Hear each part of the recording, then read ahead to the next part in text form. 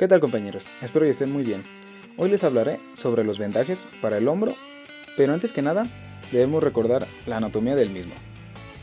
Bien, comenzaremos por los huesos del hombro. Según el libro de biomecánica del hombro y bases fisiológicas de los ejercicios de Codman, el hombro está conformado por tres huesos principalmente, los cuales son la clavícula, escápula y el húmero. Hablando más extensamente del último, tenemos que el húmero es el hueso del brazo que se articula con la escápula en su parte proximal y con el radio y la ulna en su parte distal, formando la articulación glenohumeral, o también llamada hombro. Ese es un dato curioso. Se le puede llamar articulación glenohumeral o de hombro, es básicamente lo mismo, y la articulación del codo respectivamente. Mientras tanto, hablando de la clavícula, encontramos que esta contribuye principalmente a dar la estabilidad a la articulación entre el húmero y la escápula. Viene siendo como el soporte, la unión básicamente.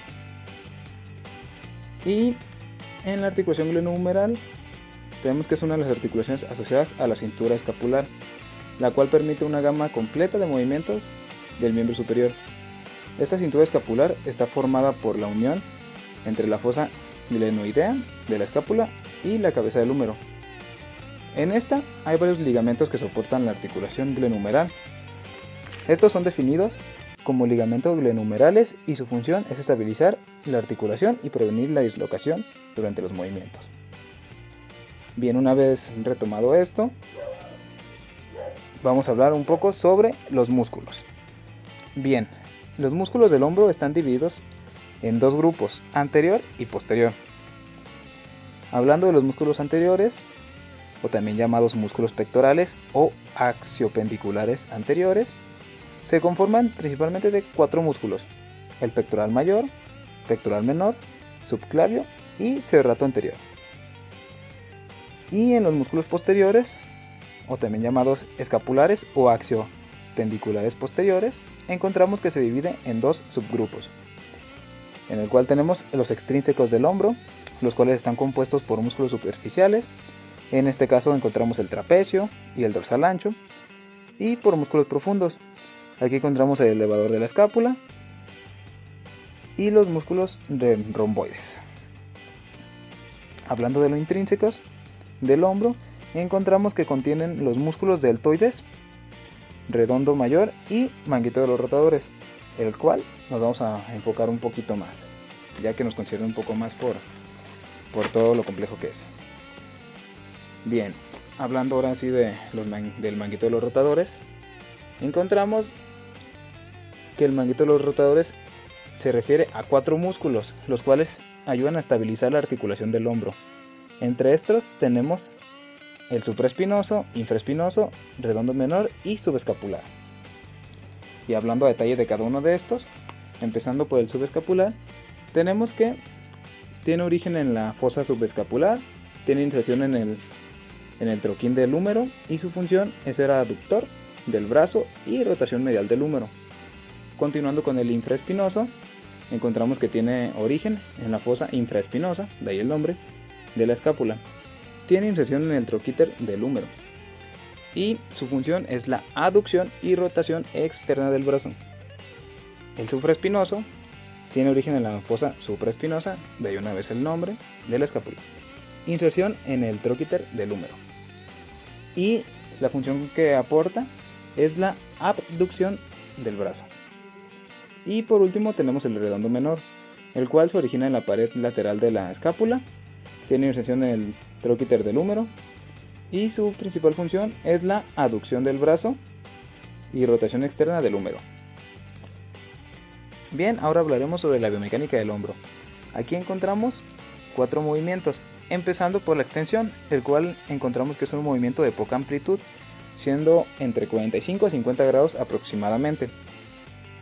Después continuamos con la flexión, en donde aquí contamos con una gran amplitud, llegando a ser hasta de 180 grados. Y en los movimientos de aducción tenemos un caso curioso, ya que desde la posición anatómica no es factible si no se le asocia con una extensión. Esto viene siendo una adicción muy leve o una flexión, que es una aducción que alcanza entre 30 y 45 grados. A esto se le llama aducción relativa o compuesta. O sea que no es tal cual una aducción por sí sola, ocupa de la ayuda de la flexión para llegar a formar esta aducción. Y bueno, por último tenemos la abducción, el cual es un movimiento que aleja el miembro superior del tronco.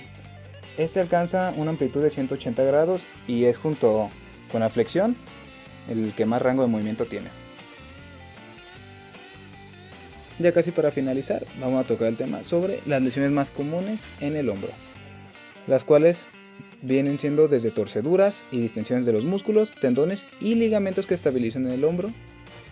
También pueden ser dislocaciones o separaciones de las articulaciones del hombro, que pueden ser ileonumerales o acromioclaviculares. Aquí ya va a entrar temas como el que vamos a ver a continuación, del vendaje tanto para clavícula como para el hombro tal cual, en caso de que llegue a pasar una dislocación en cada una de estas. También encontramos tendinitis o ruptura del manguito rotador, que son inflamaciones o desgarros de los tejidos que rodean el hombro. Aquí también vamos a ver un vendaje a continuación, explicando más a fondo cómo tratarlo. Y bueno, también cabe agregar que también existen lesiones de labrum glenoideo, bíceps o fracturas de los huesos del hombro, que son daños en las estructuras que forman parte del hombro. Estas son principalmente las más comunes, pero principalmente nos vamos a enfocar en las tres que ya mencioné: clavícula, hombro y manguito rotador.